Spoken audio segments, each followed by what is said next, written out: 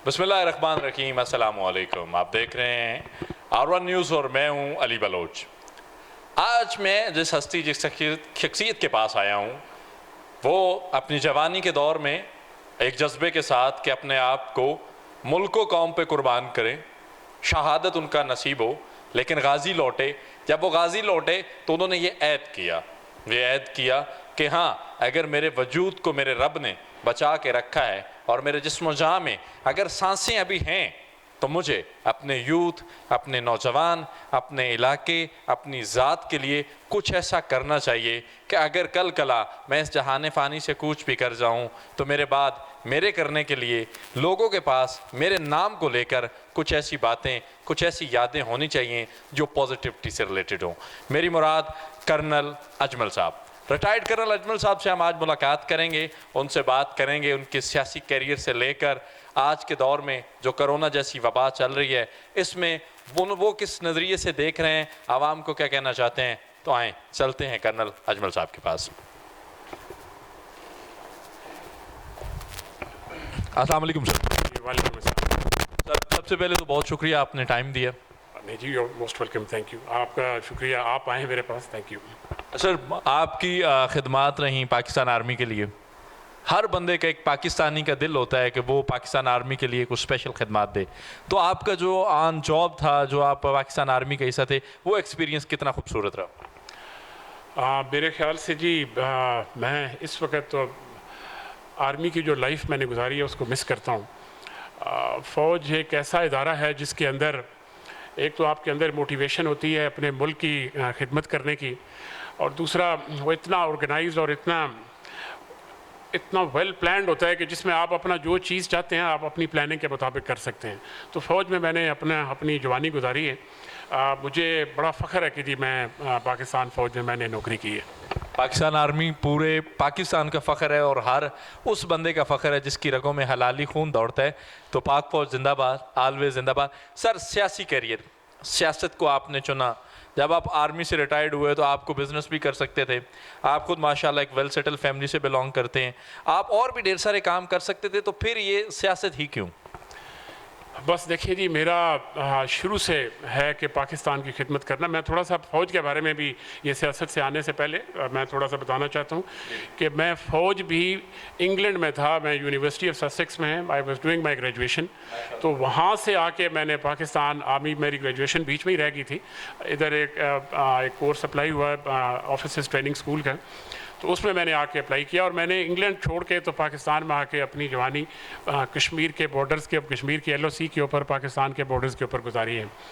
और रिटायरमेंट के बाद जब मैं हुआ कि जी सारी फैमिली ने सोचा कि जी हम वापस इंग्लैंड चलते हैं, बिकॉज़ मेरी सारी फैमिली वहाँ पे सेटल्ड है, तो वहाँ पे चलते हैं। लेकिन मैं अपने इलाके के अंदर जब मेरा थोड़ा आना जाना हुआ तो देखा कि हमारे लोग कितने महरूम हैं। इस्लामाबाद के करीब होने के बावजूद, यानी चक्री इंटरचेंज जो है वो मेरा इलाके के अंदर है, it's in the heart of our area.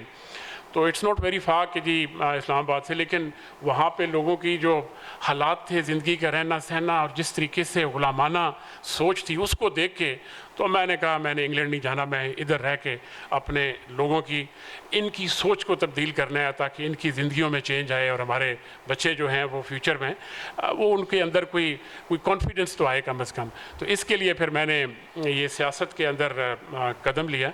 और यकीन जाने कि जब मैंने पहली मीटिंग कॉल की अपने घर में, तो अपने गाँव से मैंने शुरू किया। बेसिकली उनसे मशावरत की और उनसे मैंने पूछा कि यार, क्योंकि आप लोगों का जो हालात हैं देख के मेरा ये दिल कर रहा है कि जी मैं ये आपकी खिदमत के लिए सियासत में आऊँ, तो आप लोगों का क्या ख्याल है, आप मुझे सपोर्ट करेंगे या नहीं?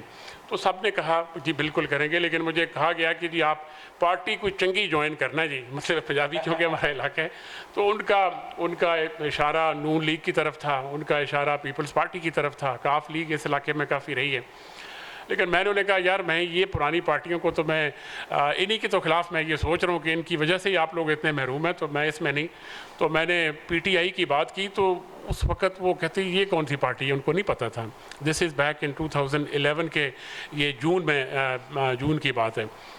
तो मैंने फिर आके पार्टी ज्वाइन की, लेकिन उस वक्त पार्टी का कोई नाम शाम नहीं था। ये तो उसी साल 2011 के अक्टूबर में खान साहब का जो बड़ा जलसा हुआ जिसकी वजह से फिर लोगों को पता लगा। तो मेरा एम ये था कि जी लोगों की खिदमत करना। मैं बेसिकली एक सोशल वर्कर हूँ, अपने इलाके में लोगों के लिए काम करता हूँ। एक हमारा वेलफेयर ट्रस्ट है जिसको हमारी अल्पियाल वेलफेयर ट्रस्ट हम बोलते हैं, वो उसका मैं फाउंडिंग मेंबर हूँ। उसमें हम लोग फौजी अफसर हैं, एक हमारे ब्रिगेडियर जावेद साहब वो हैं, चौधरी ज़मुरद साहब जो बड़े फेमस सोशल वर्कर हैं, वे पीपल्स पार्टी में थे पहले लेकिन अभी ये स्वीट होम को चला रहे हैं।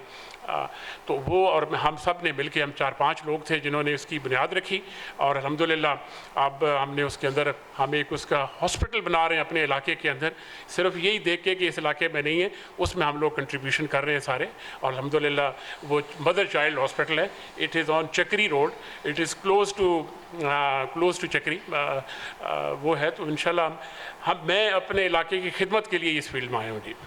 सर, खिदमत का जज्बा तो आपका बिल्कुल बजा है। एक चीज़ समझ आ गई कि आपने जब इसको प्लान किया तो आपने खिदमत का जो जज्बा है, आसान लफ्ज़ों में इसको ये भी कहा सकता है कि नस्ल दर नस्ल जो वडेरालिज़म और जो नस्ल दर नस्ल मुसल्लत किए जाते थे कायदे कानून, उनके खिलाफ भी ये ऐलान जंग था। जी बिल्कुल ऐसे ही है। इसमें देखें, आप इधर कहते हैं जी डेमोक्रेटिक कंट्री हैं, तो डेमोक्रेसी तो ये ना कि लोग आपको जो चाहें आपको वोट देते हैं और आपको लेके आते हैं असेंबली में, तो फिर उनकी बात भी सुनी जाए।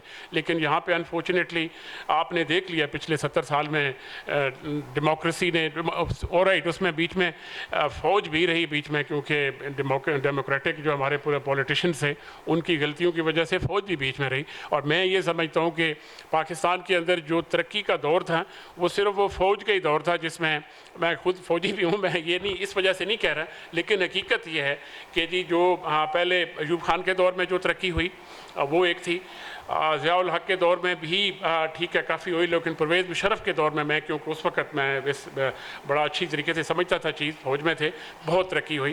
तो पॉलिटिशियंस ने फोर्स किया फ़ौजियों को वापस आने के लिए, तो बस ये इन्होंने ख़राब किया। और हम चाह रहे हैं कि जी लोगों की ये जो डेमोक्रेटिक पार्लियामेंट में आके लोगों की खिदमत के चक्कर में आते हैं, लेकिन असल में अपने बिज़नेस और अपने कारोबार बनाने के चक्कर में पैसा लूट के पाकिस्तान का देखें ना क्या हालात बने हुए हैं पाकिस्तान के। अच्छा सर, मेरा आपसे अगला सवाल ये है कि कोरोना का क्रूशल टाइम चल रहा है, गवर्नमेंट ने काफ़ी इक़दाम किए हैं, एहसास प्रोग्राम भी किया है, रिलीफ भी दिया है, बिजली गैस के बिलों में भी काफ़ी रिलीफ हुआ है। लेकिन ये कि अब देख सोचने समझने का अमल ये है, मैं आपसे थोड़ा सा माजरत, शायद ये सवाल मौके की मुनासिबत से नहीं है, लेकिन ये है कि जब हमारे पास केसेस थे 1500, 1700, 2000, 5000, हम लोग लॉकडाउन में थे, हमारे पास अब डेली के केसेस 4000, 5000 रिपोर्ट हो रहे हैं। इस वक्त 1 लाख के करीब केसेस हमारे जा चुके हैं। अब हम जो हैं बिज़नेस भी हम ओपन कर चुके हैं, पार्क्स भी हम ओपन कर रहे हैं, SOPs कुछ बना के, मार्केट्स ओपन हो चुकी हैं। तो क्या हम कोरोना को दावत नहीं दे रहे कि हमारे साथ सही तरीके से लड़ो? देखिए जी, ये तो एक फैक्ट है कि ये जो वबा है ये बड़ी डेंजरस है और जिस तेज़ी से ये फैल रही है इसके ऊपर वाकई आपकी जो बात है। लेकिन फैक्ट ये है कि जब हमारे केसेस थोड़े थे और जब हमने एक लॉकडाउन किया, और ख़ास तौर पे जो सिंध के अंदर जैसे कराची के अंदर उनका भी लॉकडाउन हुआ, हमारा भी, उस लॉकडाउन के अंदर आपको पता है हमारे मुल्क के अंदर बहुत सारे लोग ऐसे हैं जो कि डेली अपनी सुबह निकलते हैं और अपनी कमाई करके शाम को वापस अपने बच्चों के लिए 25% के करीब लोग हैं जो कि डेली अपना, उनका जब ये कारोबार ठप हुआ तो कोई भी हुकूमत, देखें आप वेस्टर्न कंट्रीज़ को देखें, मेरी फैमिली इंग्लैंड में, ठीक है, वहाँ पे बहुत सारे हमारे जाने वाले लोग अनएम्प्लॉयड हो गए हैं बिकॉज ऑफ दिस कोरोना। और उधर हालांकि उनका एक सोशल सिक्योरिटी का सिस्टम है जो कि प्रॉपर इन प्लेस है और लोग, लेकिन उधर भी वो लोगों तक नहीं पहुँच सके। यानी उन लोगों ने उन लोगों को पैसे देने थे जो लोग इस कोरोना की वजह से अनएम्प्लॉयड हो गए थे, उन तक पहुँचना था, लेकिन वो नहीं पहुँच सके। पाकिस्तान तो एक वो कंट्री है जहाँ पे तो हमारे पास कोई ऐसा डाटा भी नहीं था कि जिसको बेस करके हम लोगों की मदद करें, लेकिन उसके बावजूद खान साहब ने ये एहसास प्रोग्राम शुरू किया और लोगों तक पहुँचने की कोशिश की। लेकिन फैक्ट ये है कि हर एक तक हमारे पास कैपेबिलिटी नहीं है, कैपेसिटी नहीं है कि हर गरीब आदमी तक हम पहुँच सकें। तो लॉकडाउन की वजह से लोगों की अगर भूख से बात शुरू हो जाए तो क्या वो बेहतर है, या हम उसको लॉकडाउन को थोड़ा सा रिलैक्स करें ताकि कम से कम लोग अपने डेली अपना खाने पीने की चीज़ें तो कमा, उसके लिए पैसे तो कमा सकें ताकि बच्चों को कर सकें। लेकिन सर ऐसे है कि रिलैक्सेशन जो है, रिलैक्सेशन ठीक है, लेकिन एसओपीज पे जो फॉलो नहीं कर रहे, रिलैक्सेशन मिलने के बाद ये लोगों को अंडरस्टैंड करना चाहिए रिलैक्सेशन क्यों मिल रही है, लेकिन जो लोग एसओपीज को फॉलो नहीं कर रहे, क्या वो हमारे लिए वबाल जान नहीं है? ये एक बहुत अनफॉर्चुनेट बात है जी। मैं आपको ये बताऊं, लोग हमारे इस चीज़ को समझ नहीं रहे। हालांकि इनको समझना चाहिए कि ये गवर्नमेंट ने जो रिलैक्सेशन दी इसका ये मतलब नहीं है कि हम जाके हजूम बना के, हमें अपनी एसओपीज़ को फॉलो करना चाहिए। गवर्नमेंट बार बार बता रही है कि अगर वैसे कई इस्लामाबाद में तो मैंने देखा है कि काफ़ी सारी जगहों पे लोग फॉलो करते हैं, लेकिन आप बाकी जितने देहात पिंडी फॉर एग्ज़ाम्पल राजा बाज़ार है या वो इलाके जहाँ पे पॉपुलेशन बहुत ज़्यादा थिकली पॉपुलेटेड है, लोग उसका ख्याल नहीं कर रहे। और मेरे ख्याल में ये ईद से पहले जो लॉकडाउन हमने खोला, उसकी ईद की शॉपिंग के चक्कर में जिस तरीके से लोगों ने किया, उसकी वजह से आपको ये जो अभी रिज़ल्ट नज़र आ रहा है, डेली आपके इतने केसेस सामने आ रहे हैं, ये उसकी वजह थी। अब लोगों को चाहिए कि इस एसओपीज़ को फॉलो करें और ताकि ये रिलैक्सेशन भी रह सके और लोग अपना कमा भी सकें। लेकिन अनफॉर्चुनेटली लोग ये फॉलो नहीं कर रहे हैं। मैं ये लोगों से अपील करूँगा कि जो दी गई जो एसओपीज़ हैं उसको फॉलो किया जाए।